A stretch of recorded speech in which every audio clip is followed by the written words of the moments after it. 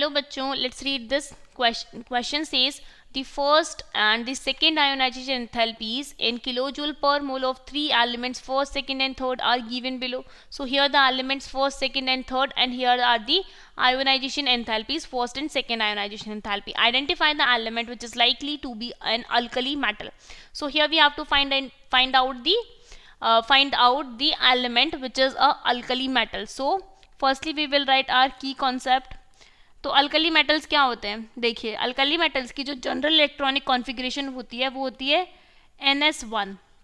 ठीक है, मतलब अगर ये अपना एक इलेक्ट्रॉन रिमूव कर देते हैं तो ये नोबल गैस इलेक्ट्रॉनिक कॉन्फ़िगरेशन में चले जाते हैं. नोबल गैस इलेक्ट्रॉनिक कॉन्फ़िगरेशन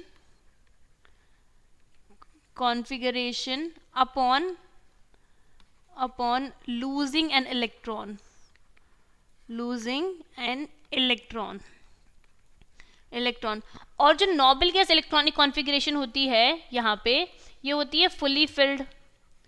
अब ये फुली फिल्ड है मतलब यहाँ पर क्या है? स्टेबल इलेक्ट्रॉनिक कॉन्फ़िगरेशन होगी. That means stable electronic configuration. अब स्टेबल इलेक्ट्रॉनिक कॉन्फ़िगरेशन में अगर हम कॉन्फ़िगरेशन हियर इलेक्ट्रॉनिक कॉन्फ़िगरेशन, तो अब अगर स्ट्रॉन्ग यहाँ पर स्टेबल इलेक्ट्रॉनिक कॉन्फ़िगरेशन में एक और इलेक्ट्रॉन निकालेंगे तो इसके लिए हमें हाई एनर्जी रिक्वायर्ड होगी. High energy required for removal of an electron. अब यहाँ पर एक इलेक्ट्रॉन को निकालने के लिए जो सेकेंड आयोनाइजेशन एंथैल्पी होगी वो ज़्यादा होगी, क्योंकि यहाँ पहला निकालने के लिए तो इलेक्ट्रॉनिक कॉन्फ़िगरेशन स्टेबल बन रही है, तो ये तो ईजी हो जाएगी. मतलब यहाँ पर अल्कली मेटल के लिए the value of del H1 should be low. It should be low and the value of del H2 it should be high.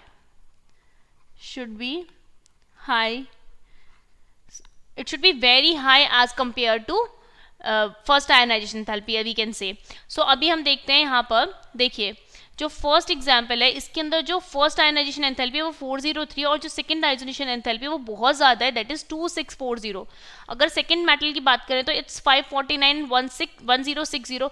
तो जो आयोनाइजेशन एनर्जी का गैप है वो फर्स्ट एलिमेंट के अंदर बहुत ज़्यादा है. So the first element will be our alkali metal. So here we can write the first element will be our alkali metal.